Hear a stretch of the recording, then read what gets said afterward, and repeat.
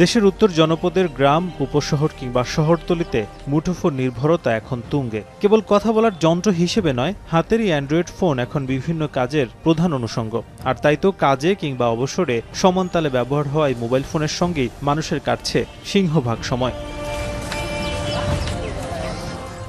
কিন্তু এই মুঠোফোন হয়ে উঠেছে বিড়ম্বনার নতুন কারণ। জ্বালানি সংকট প্রকটে নেটওয়ার্ক না পাওয়ার ভোগান্তি, একদিকে লোডশেডিং, অন্যদিকে নেটওয়ার্ক সমস্যায় ব্যাহত হচ্ছে নিত্যদিনের কাজ।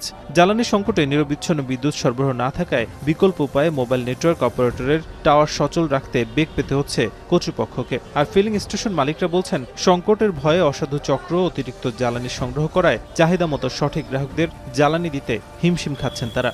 নেটের প্রবলেম, বিদ্যুৎ থাকতেছে না, আমাদের ব্যবসায়িক অনেক সমস্যা হয়ে গেছে। আমরা কিন্তু ব্যবসায়িক দিক দিয়ে আমরা পিছিয়ে গেছি। দীর্ঘক্ষণ কারেন্ট না থাকার কারণে আইপিএসগুলো ব্যাকআপ দিতে পারছে না।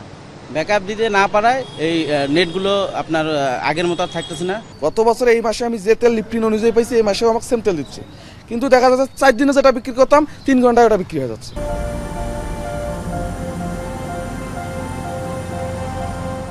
ঢাকার অদূরেই গাজীপুরে বিদ্যুতের কি অবস্থা দেখতে জেলা সদরে এখন টিভি, যেখানে একটি মোবাইল ফোন কোম্পানির ডাটা সেন্টারে ঢুকতেই বিদ্যুৎ বিচ্ছিন্নের শুরু। প্রায় ঘণ্টাখানেক সংযোগহীন থাকার পর আসলো বিদ্যুৎ। ততক্ষণে ডাটা সেন্টারটির প্রায় 227 লিটার ডিজেল পুড়ে শেষ। ডাটা সেন্টারটির বিদ্যুৎ কিংবা জ্বালানির অভাবে বন্ধ হলে বিচ্ছিন্ন হবে কয়েক লাখ মোবাইল গ্রাহক।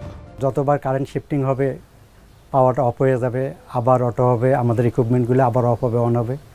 তো এটা কমিউনিকেশনের ক্ষেত্রে একটু সমস্যা হয়। এভারেজে দিনে ধরেন 4 ঘন্টা, 5 ঘন্টা, 6 ঘন্টাও বিদ্যুৎ থাকতেছে না আমাদের। এটা যেমন ইকুইপমেন্টের উপর তেমন ফুয়েলের উপরও বাড়তি চাপ পড়তেছে।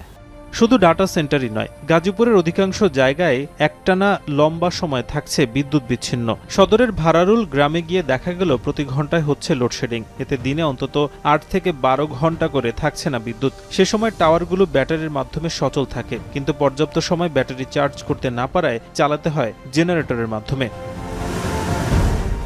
জ্বালানির অভাবে রেশনিংয়ের মাধ্যমে টাওয়ার সচল রাখছেন এর কর্মীরা। এতে নেটওয়ার্ক নিয়ে বিপত্তি বাড়ে ব্যবহারকারীদের। 24 ঘন্টার মধ্যে ধরেন 12 ঘন্টা থাকে আর 12 ঘন্টায় থাকে না। টাওয়ারগুলো সচল রাখার জন্য আমাদের জেনারেটর চালাতে হয়, কিন্তু তেলের অভাবের কারণে আমরা জেনারেটর ঠিকঠাক চালাতে পারতেছি না। যে সময় আপনার ব্যাটারি ব্যাকআপটা না থাকে ওই সময় তো ডিজেল ওপেন করতে হয়, তো ডিজেল যদি না থাকে তাহলে তো হবে না।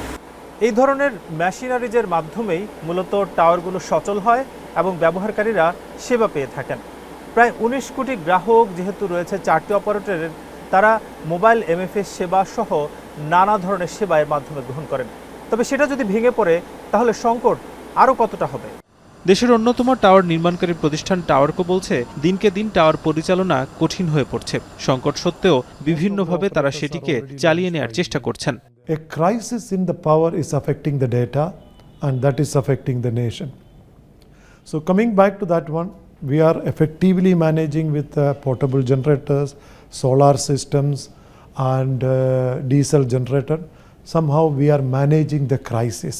মোবাইল অপারেটরগুলো বলছে, সংকট সময়ে ফুয়েল পাস দেয়া এবং তেল সংগ্রহকারীদের নিরাপত্তা দিতে হবে। ডিসি অফিস থেকে কিন্তু চিঠি নিয়ে যাওয়া হয়েছে, তারপরেও দেখা যায় যে তারা আক্রমণের মুখে পড়ে যাচ্ছে। এবং যখন ফুয়েল স্টোর করা হচ্ছে আমাদের সাইটের জন্য, সেখানেও গিয়ে দেখা গেছে আপনার একটা ভুল বুঝাবুঝির সৃষ্টি হয়েছে। আমরাও ধৈর্য ধরছি যে যেহেতু এটা একটা সিচুয়েশন আমরা আছি, এটা নর্মাল সিচুয়েশন না, এটা হয়তো কিছুদিনের মধ্যে একটা স্বাভাবিক পর্যায়ে চলে আসবে। মোবাইল অপারেটরদের সংগঠন অ্যামটপ বলছে, টেলিকম খাত ক্ষতিগ্রস্ত হলে ভেঙে পড়বে পুরো যোগাযোগ ব্যবস্থা। তাই দ্রুত এই সংকট নিরসনে বিটিআরসির পদক্ষেপ নিতে হবে। টেলিকমের ফুয়েলটা টেলিকমের জন্যই যেন অ্যাভেইলেবল রাখা হয়, সেটা পাম্প হোক, ডিপো হোক, ওয়্যারএভার।